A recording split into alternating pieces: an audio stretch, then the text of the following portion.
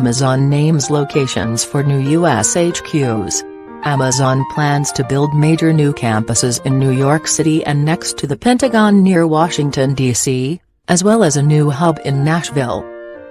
The decision comes 14 months after the tech giant kicked off a continent-wide competition by announcing a search for a second headquarters location.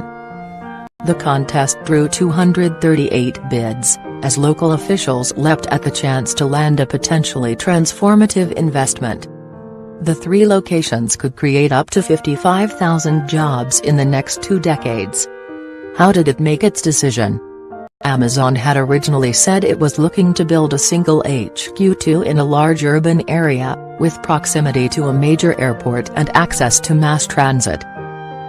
The company said at the time that the new premises would create as many as 50,000 jobs and cost at least $5 billion, £3.9 billion, to build and operate. However, it later emerged that Amazon planned to split the jobs and investment between 2 different locations. Now it has also announced plans for a major investment in Nashville, Tennessee, which is to become Amazon's new East Coast hub of operations, creating another 5,000 jobs. The firm is expected to receive hundreds of millions of dollars worth in tax benefits and other incentives. What was the reaction? Shares in property companies expected to benefit shot up as rumors of the decision circulated this month.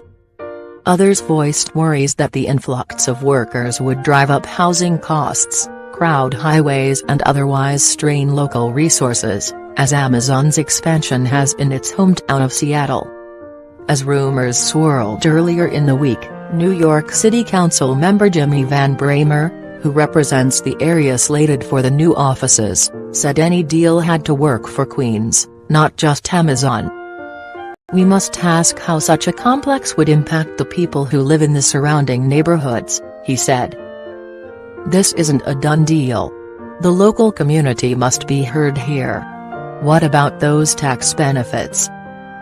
The prospect of tax breaks and other benefits going to Amazon, which is generating record profits, has also been controversial.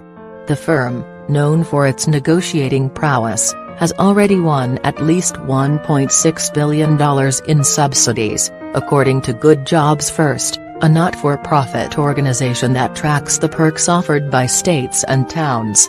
Analysts said Amazon's selection of New York and Washington, thriving areas where many major U.S. companies, including Amazon, already have a presence, shows that incentives aren't what drive corporate decisions anyway.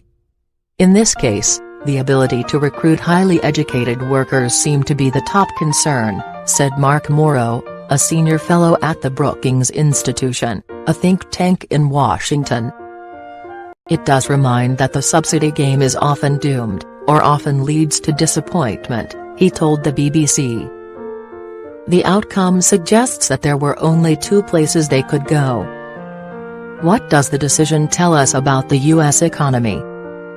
Since the 1980s, tech companies have clustered in a handful of coastal cities in the U.S., helping to fuel a growing economic gap between those areas and the rest of the country. While Amazon initially appeared to be casting its net wide, its final selection will reinforce those trends, said Mr. Morrow. "It's in a way a missed opportunity for the nation to channel major new investment into new places, especially ones in the heartland," he said. "The digital economy for now at least is organized around superstars," he said. "This is about the big getting bigger, the strong getting stronger, the rich getting richer,